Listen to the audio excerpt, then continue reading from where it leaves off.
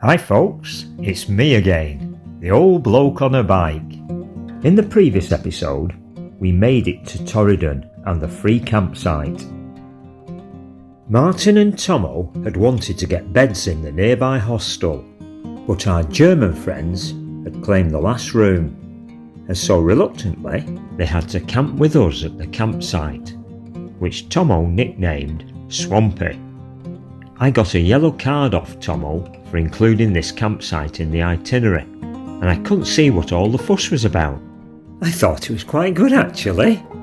Anyway, you join us on day 3 as we prepare to pack down at the Torridon swampy campsite and continue our journey along the NC500 to Gairloch, Ullapool and beyond.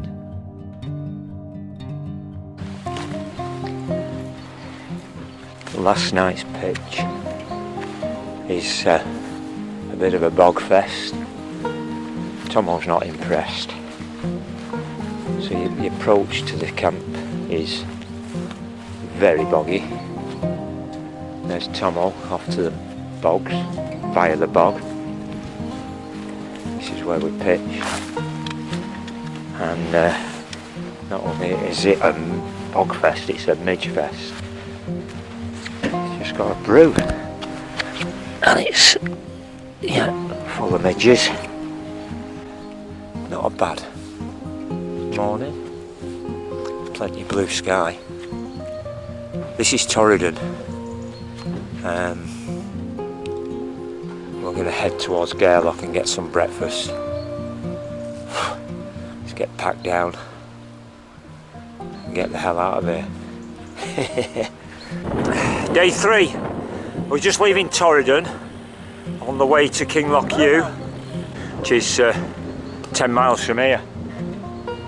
We've left the midge-infested campsite at Torridon. Tomo's happy now. Kinlochewe next for breakfast. Car back!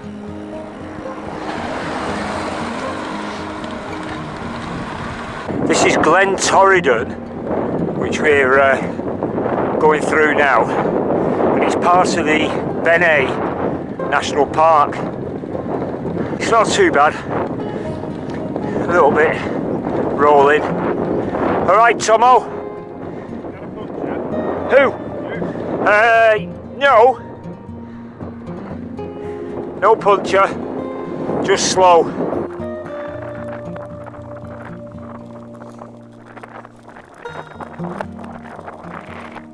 Cafe's closed at Kinlochewe. Gairloch's about 15 miles. Might have to do that. Well, luckily this place was just around the corner. Superb! This is nice, isn't it? Right, we just had a breakfast in Kinlochewe.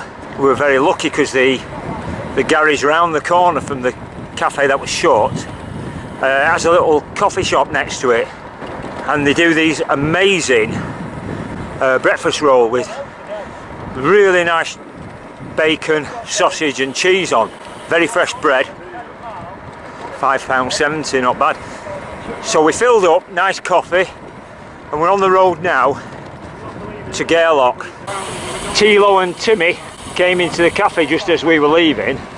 They said they'd had a terrible night's sleep at the youth hostel. They said the mattresses were crap, so I think we did well with the free camping. Anyway, we're going to Gairloch. Martin wants to buy another tyre and another inner tube. Tomo's desperate for some midgy spray. Right, let's get up this slight incline. Oh, bollocks, I'm in the wrong gear. Look at that huge lump behind. That's quite nice over there as well. So that's Loch Marie, and this is me. I'm in the wrong gear again. That mountain over there, I don't know what it's called, but it's like something out of Game of Thrones, that. Incredible. Loch Marie, beautiful.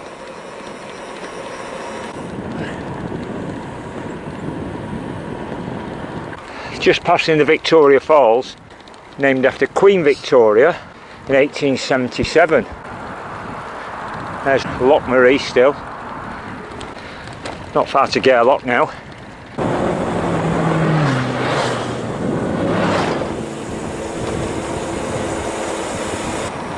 Get back.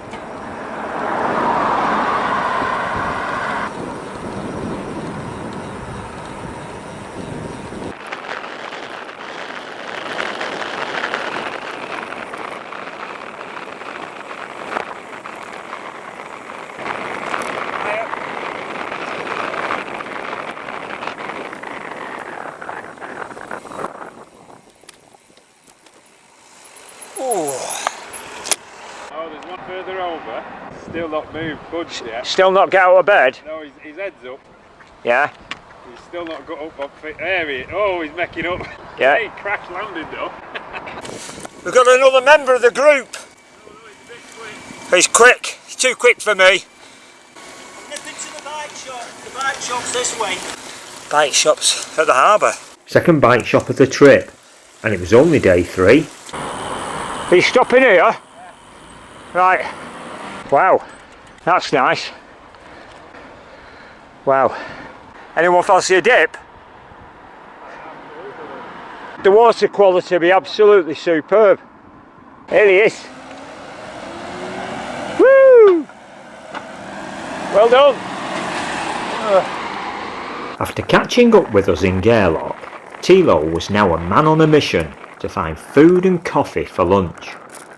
And so we followed him at speed to the Mountain Coffee Company at the far end of the bay. I'm having one of them, and I might have one of those apple things up there afterwards.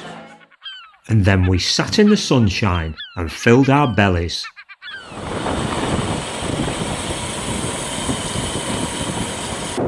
We've been so lucky with the weather, can't believe it.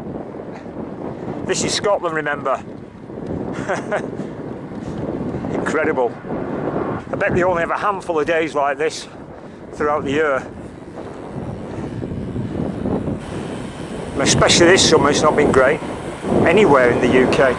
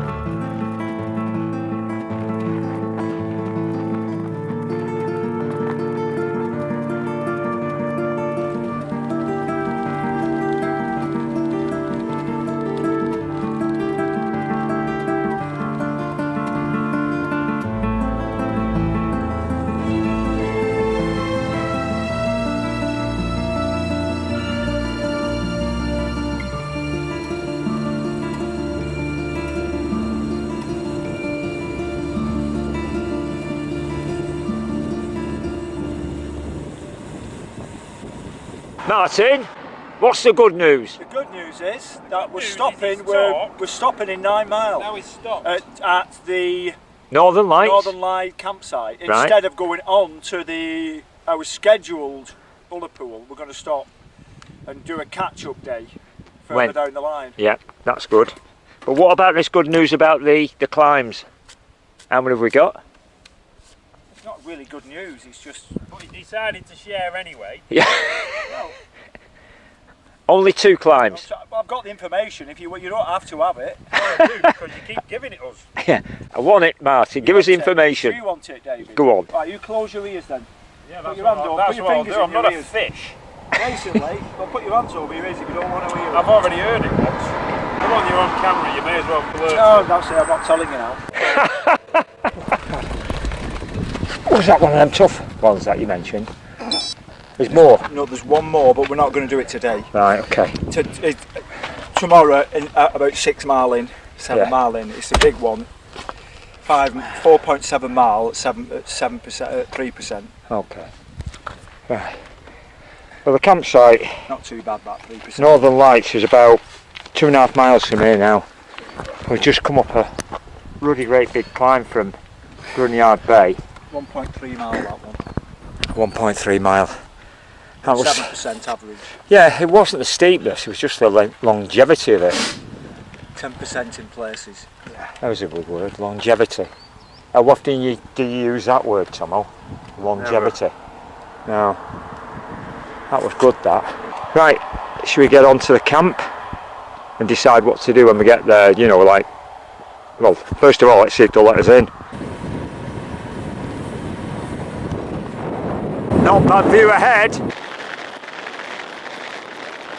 We were now heading for the Northern Lights campsite at Badcall, but we would be disappointed when we got there. Right, well, we dropped lucky here. The campsite at Badcall was shut. It closes on the 1st of September, which wasn't such a bad call for us because this kind gentleman in the house told us about this place, the Dundonnell Hotel. So he said they do camping, you can get a nice meal and a nice beer. So what we've done is we pitched up, I'll show you the picture in a minute, but this is our own private lock-up for the bikes. The camping is free, as long as you just have a beer or a meal in the pub. You can use the showers, charge all our gear up. So this is the camp. This was 60 miles into the ride today, and there's no more campsites until Ullapool, which would be another 30. And we've got the tent set up. Martin's, mine, Tomo's and Simon's. Look at that for a view. And I think the sun's going to come up over there in the morning, which will be nice. Right, get in that hotel and get a beer. Superb.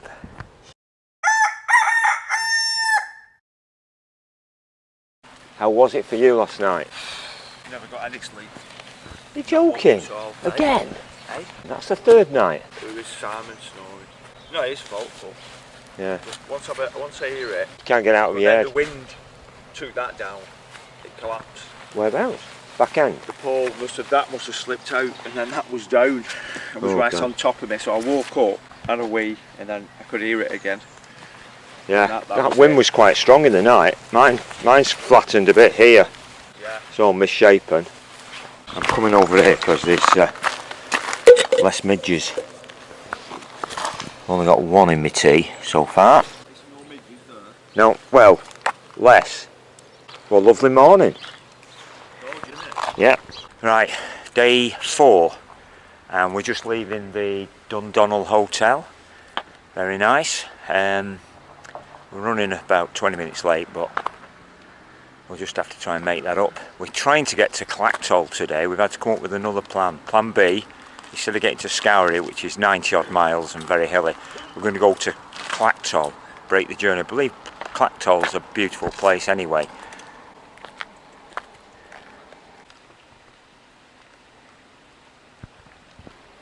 Look at the weather, stunning. So we've left Dundonnell now on day 4, and we're heading up. It's a long climb, about 7 or 8 miles. We have to go through a couple of snow gates, so that gives you an idea that it must be fairly high up. We're going through a bit of a valley here. Lovely river down there.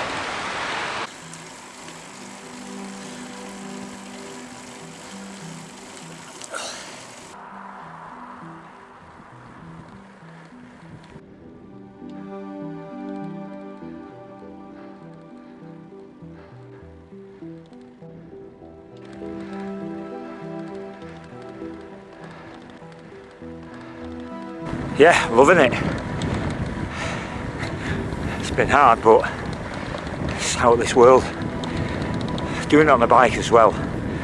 You see all these guys in camper vans and on motorbikes, but you do it on a bike, you know about it.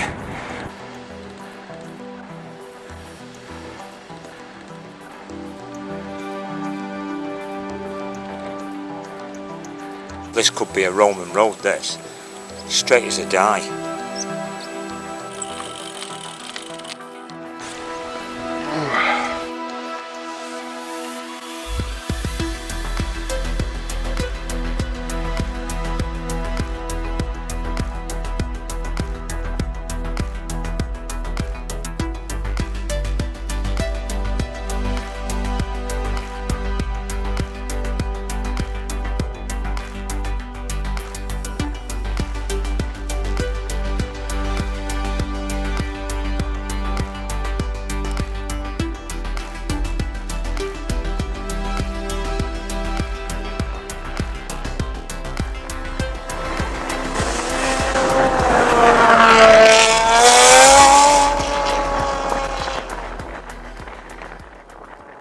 After slowing up some of the locals, we stopped for Tomo to call a hotel about his lost sunglasses. Oh, I thought he said, oh Martin, I thought he was going to say, oh you've dropped your bag or something. No, that was Tuesday. He did that. I left a pair of sunglasses in that storage room on the table. Okay. Is there any chance you could check? And if so, just keep them safe to one side. Alright. Okay, thank you. Alright, thanks, bye. Right, so we're going to head off down this valley towards Ullapool. There's a left turn coming up. Left turn, Clyde. What followed next was an incredibly fast descent down Strathmore towards Loch Broom and Ullapool.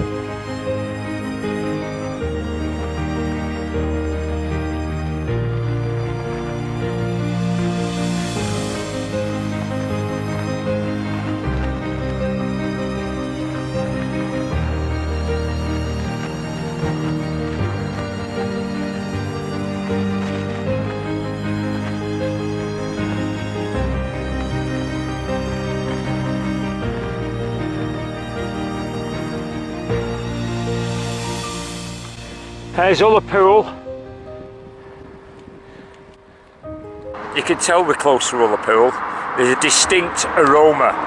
It's either Martin's socks or it's the smell of the fish being gutted in the harbour. That's not a bad view from there, is it? My word. Here we are, Ullapool. Yay!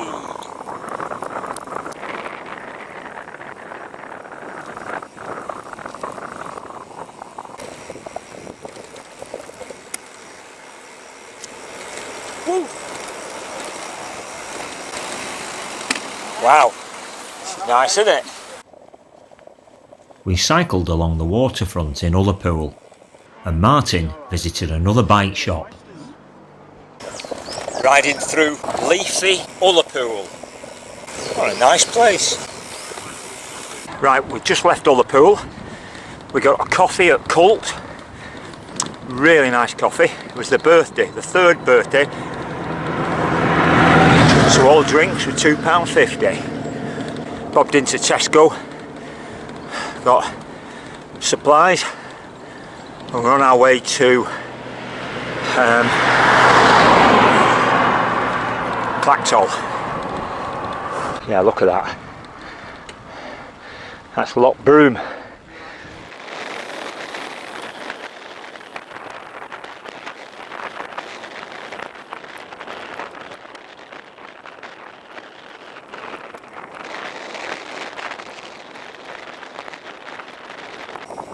That's where we would have camped last night, if we'd have made it. We've just gone through Ardmere, which was our original stop-off point, campsite for day 3. We're now on day 4, so it's middle of the afternoon, so we're a bit behind schedule. Never mind. The heat is incredible. I would never have thought I'd say that about Scotland in September. It's absolutely roasting. It's energy sapping.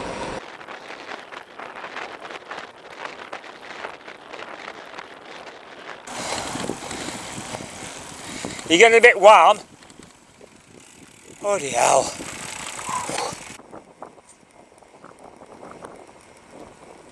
Left turn coming up, and it go down there. You see that vehicle going down there?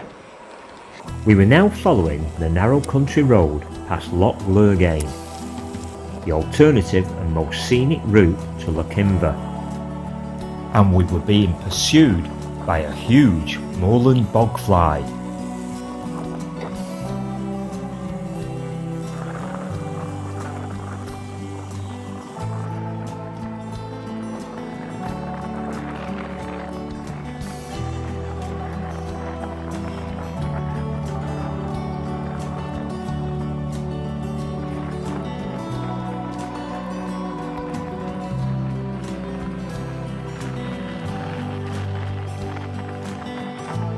Right, we've come from the other side of that loch, all the way down along there, turn right, heading up here now, towards Lochimber. I'm still as knackered as I was before,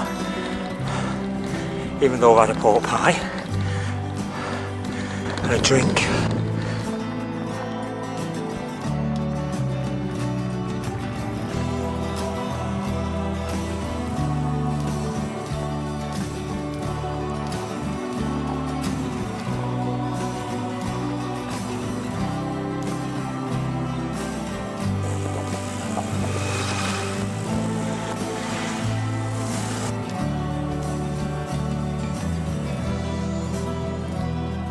Having a snack?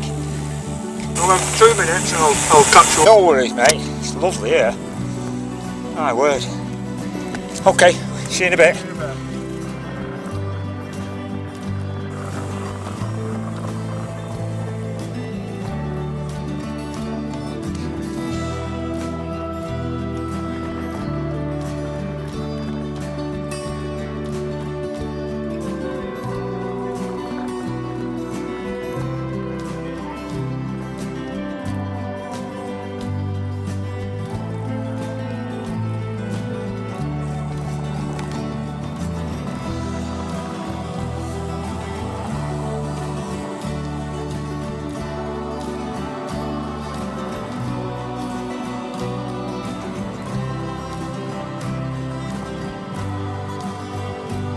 As we approached Clachtoll, our thoughts turned to getting comfortably pitched up at the beach campsite. Bad news. After a very hard day in the saddle, we arrived to find a sign saying that the campsite was full. You can have 2 pitches. Yeah. You've got a 2-man tent, Tomo's got a 2-man tent. The thing is, we have to draw straws who goes in with who. Right, this is us, Clachtoll Beach. We got in. Thank goodness for that. Well, it's a first for a bikepacking trip. We've actually got a barbecue. Tomo's just finishing the remnants of the food off. Martin's Crayfish. is treated himself I call them crayfish. to some langoustines. Crayfish, langoustine. Have a look. What's in the bag?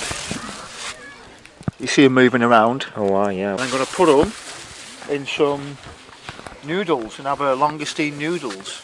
Wonderful. Which is here.